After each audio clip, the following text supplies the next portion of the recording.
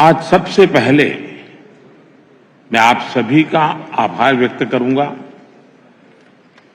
मेरे द्वारा उठाए गए क्लाइमेट जस्टिस, क्लाइमेट फाइनेंस और ग्रीन क्रेडिट जैसे विषयों को आपने निरंतर समर्थन दिया है।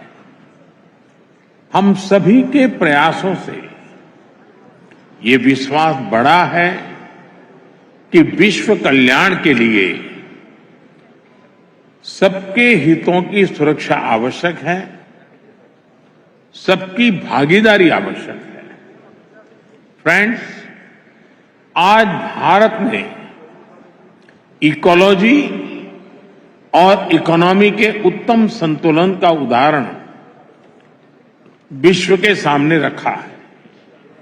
भारत में विश्व की 17% आबादी होने के बावजूद 17% आबादी होने के बावजूद ग्लोबल कार्बन एमिशंस में हमारी हिस्सेदारी ओनली 4% से भी कम है। भारत विश्व की उन कुछ इकोनॉमीज में से एक है जो एनडीसी टारगेट्स को पूरा करने की राह पर है। एमिशंस इंटेंसिटी संबंधी टारगेट्स को हमने 11 साल पहले ही हासिल कर लिया है। नॉन फॉसिल फ्यूल टारगेट्स को हम निर्धारित समय से 9 साल पहले ही प्राप्त कर चुके हैं और भारत ने इतने पर ही नहीं रुके हैं। हमारा लक्ष्य 2030 तक एमिशंस इंटेंसिफाई को 45% घटाना है।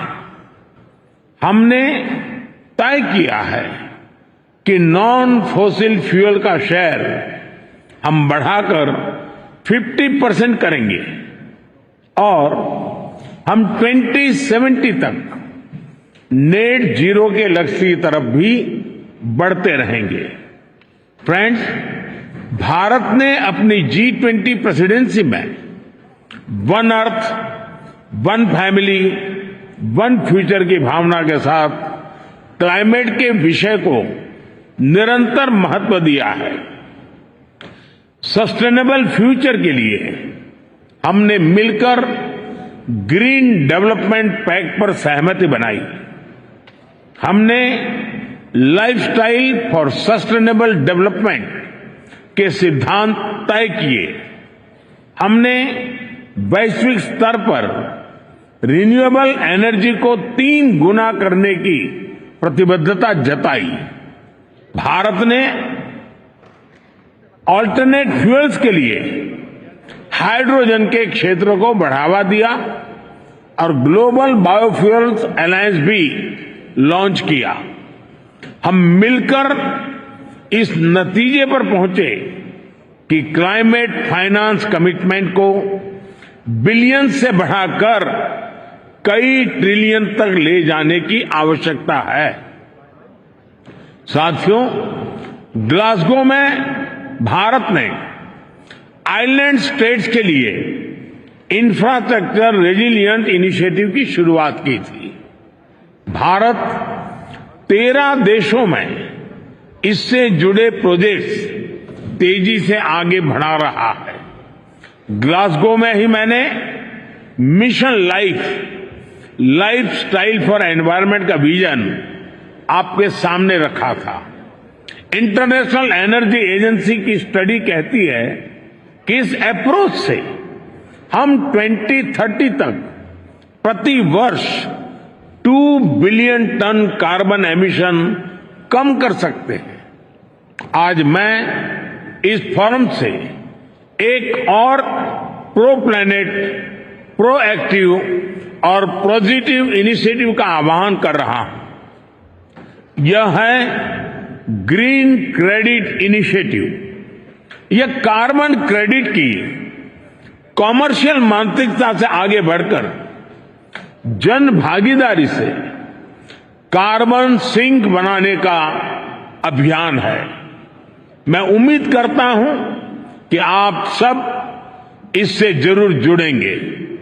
साथियों, पिछली शताब्दी की गलतियों को सुधारने के लिए हमारे पास बहुत ज्यादा समय नहीं है। मानव जाति के एक छोटे हिस्से ने प्रकृति का अंधाधुंध दोहन किया, लेकिन इसकी कीमत पूरी मानवता को चुकानी पड़ रही है। विशेषकर ग्लोबल साउथ के निवासियों को सिर्फ मेरा भला हो, ये सोच दुनिया को एक अंधेरे की तरफ ले जाएगी।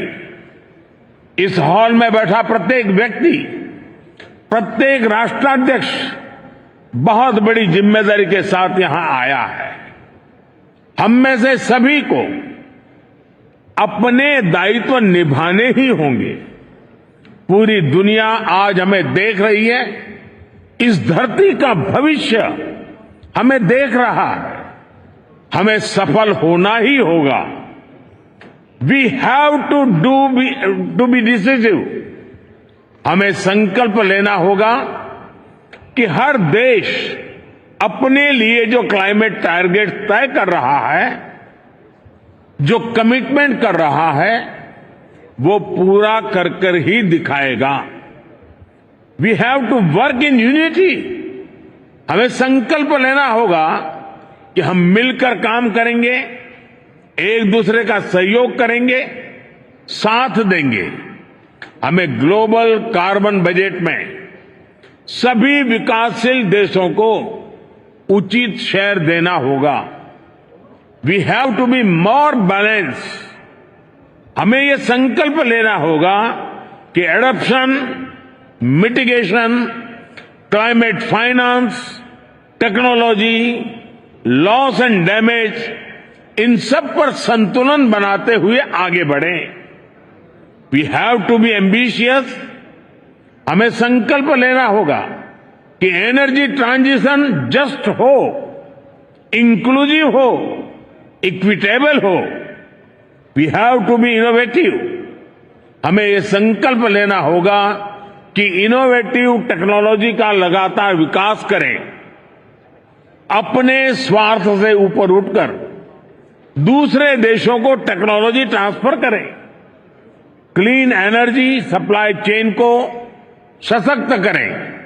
Friend, Bharat UN framework for climate change process के प्रति प्रतिबद्ध है।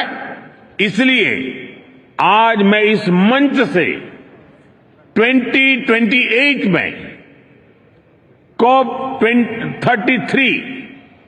2028 में COP 33 समिट को भारत में होस्ट करने का प्रस्ताव भी रखता हूं। मुझे आशा है कि आने वाले 12 दिनों में ग्लोबल स्टॉक टेक की समीक्षा से हमें सुरक्षित और उज्जवल भविष्य का रास्ता मिलेगा।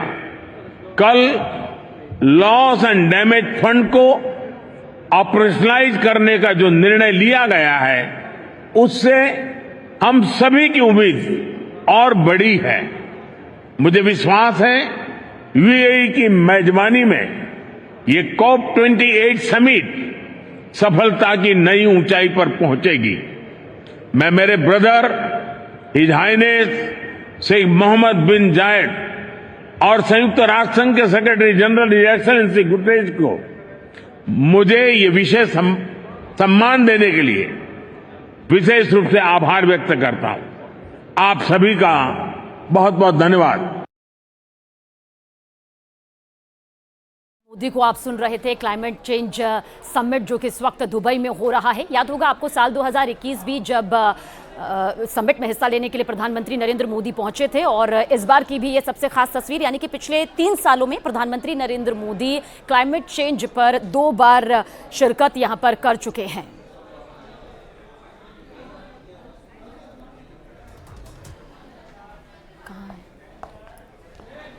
तो भारत ने संतुलन हमेशा से बनाए रखा है। इसके अलावा प्रधानमंत्री नरेंद्र मोदी ने यह भी कहा कि देखिए, सबकी भागीदारी विकास में होनी चाहिए। जलवायु परिवर्तन को लेकर पीएम मोदी ने जाने से पहले भी ये कहा था कि G20 की अध्यक्षता हमने की और जलवायु परिवर्तन का जो मुद्दा था वो प्राथमिकता के साथ में रखा है। भारत इसे लेकर हमेशा से संजीदगी से कदम आगे बढ़ाता रहा है, गंभीरता से और पूरी जिम्मेदारी के साथ कदम आगे बढ़ाता रहा है। पीएम मोदी को आप सुन रहे थे। जलवायु परिवर्तन यानी कि क्लाइमेट चेंज को लेकर पीएम मोदी ने बताया कि 12 दिसंबर तक देखिए ये चलेगा, यानी कि आज से शुरू हुआ ये पूरा समिट अब 12 दिसंबर तक चलेगा। हालांकि प्रधानमंत्री नरेंद्र मोदी का ये दौरा 2 दिन का है, आज उनकी वापसी भी यहाँ पर हो जाएगी। लेकिन भारत ने हमेशा से बहुत बुलंद आवाज में अपनी बात जलवायु परिवर्तन को लेकर रखी है। पीएम मोदी ने साफ शब्दों में कहा कि स्वार्थ से ऊपर उठना होगा देशों को और एक दूसरे के साथ टेक्नोलॉजी यहां पर साझा करनी होगी, ताकि जलवायु परिवर्तन का जो ये मुद्दा है, ये एक बेहद गंभीर मुद्दा है, संजीदगी वाला मुद्दा है, जिस पर मिलकर यहां पर कदम यहां पर आगे बढ़ाना होगा। बहुत सारी अहम बातें पीएम मोदी ने इस दौरान कही है। दुबई में ये पूरा समिट जारी है इस वक्त, जो कि 12 दिसंबर तक चलेगा, जिसमें प्रधानमंत्री नरेंद्र मोदी पहुंचे हुए हैं। कल जब पहुंचे थे तब भी वो भव्य तस्वीर दिखाई थी जब उनका स्वागत किया गया था। भारतीय समुदाय के लोगों में भी उस वक्त एक जोश देखने को मिला था। जलवायु परिवर्तन का मुद्दा भारत के लिए हमेशा से प्राथमिकता के तौर पर रहा है और यही वजह है कि जो तस्वीर इस वक्त आप देख रहे हैं वो तस्वीर आज की, यानी कि ये बताने के लिए काफी कि पिछले 3 सालों में भारत ने इस मुद्दे को कितनी गंभीरता के साथ न सिर्फ उठाया है बल्कि इसमें अपनी हिस्सेदारी, अपनी भागीदारी भी यहाँ पर पूर्ण रूप से निभाई है। और यही वजह है कि दूसरी बार शिरकत प्रधानमंत्री नरेंद्र मोदी ने यहाँ पर की है, हिस्सा पीएम मोदी ने यहाँ पर लिया है। साल 2021 में ग्लासगो में हुआ था ये समिट 26, जब प्रधानमंत्री नरेंद्र मोदी उस दौरान भी शिरकत करने के लिए पहुंचे थे। और ये जो तस्वीर इस वक्त आप देख रहे हैं, जब पीएम मोदी ने विदेशी जमीन दुबई पर कदम रखा, गर्मजोशी के साथ उनका स्वागत किया गया और उसके बाद भारतीय समुदाय के लोगों में भी जो उनका इंतजार कर रहे थे उस वक्त भी एक अलग ही खुशी, जो कि हर बार देखने को मिलती है, ठीक वैसी ही खुशी देखने को यहाँ पर मिली। पर इतना तय है कि जलवायु परिवर्तन यानी कि क्लाइमेट चेंज का मुद्दा जब भी आता है, एक लंबी रिसर्च अब तक होती आई है, कई डरावने रिसर्च भी सामने आए हैं जो ये बताते हैं कि एकजुटता के साथ, बेहद गंभीरता के साथ इस मुद्दे को न सिर्फ उठाना होगा बल्कि मिलकर ही इस मुद्दे का एक परमानेंट सॉल्यूशन, क्योंकि एक तरफ हम विकास की राह में आगे बढ़ते जा रहे हैं, विकसित देश और खुद को विकसित कर रहे हैं, विकासशील देश जो हैं वो कदम दर कदम आगे बढ़ा रहे हैं। लेकिन जो बहुत अहम बात पीएम मोदी ने यहाँ पर कही है कि स्वार्थ से हटकर सोचना होगा। ऐसी कोई टेक्नोलॉजी जो किसी एक देश के पास है, जिससे बाकी देशों का भी विकास हो सकता है, भला हो सकता है, जो जलवायु परिवर्तन को रोकने में या जलवायु परिवर्तन जैसे गंभीर मुद्दे में अपनी एक महत्वपूर्ण भूमिका निभा सकता है, तो उसे बांटना होगा अपने उस स्वार्थ से ऊपर उठकर, जो आज भी कहीं ना कहीं देखने को मिलती है। और शायद यही वजह है कि प्रधानमंत्री नरेंद्र मोदी ने दुबई में जाने से पहले कहा कि G20 की अध्यक्षता के दौरान भी हमने जलवायु परिवर्तन के मुद्दे को प्राथमिकता यहाँ पर दी है और हम अपने शब्दों पर, अपनी बात पर पूरी तरह से कायम भी है। यही तस्दीक करती हुई ये तस्वीर, और जो कुछ देर पहले पीएम मोदी कह भी रहे थे कि जलवायु परिवर्तन एक ऐसा मुद्दा है जिसे लेकर बेहद गंभीरता, संजीदगी की न सिर्फ ज़रूरत है बल्कि सभी को, जो उन्होंने कहा उसका निचोड़ यही है कि सभी को इस मुद्दे पर एकजुटता के साथ रणनीति बनानी होगी, आगे बढ़ना होगा, विचार विमर्श ही नहीं करना होगा बल्कि जो उपाय निकलेगा, जो कदम उठाया जाएगा उसमें एक साथ आगे बढ़ना यहाँ पर होगा। 3 तस्वीरें हैं पीएम मोदी का, देखिए किस तरह से स्वागत किया गया। ये स्वागत यहाँ पर उनका हुआ, अभिनंदन और अभिवादन स्वीकारते हुए, लेते हुए प्रधानमंत्री नरेंद्र मोदी। और उसके बाद COP28 में प्रधानमंत्री नरेंद्र मोदी क्लाइमेट चेंज पर जो चर्चा हुई।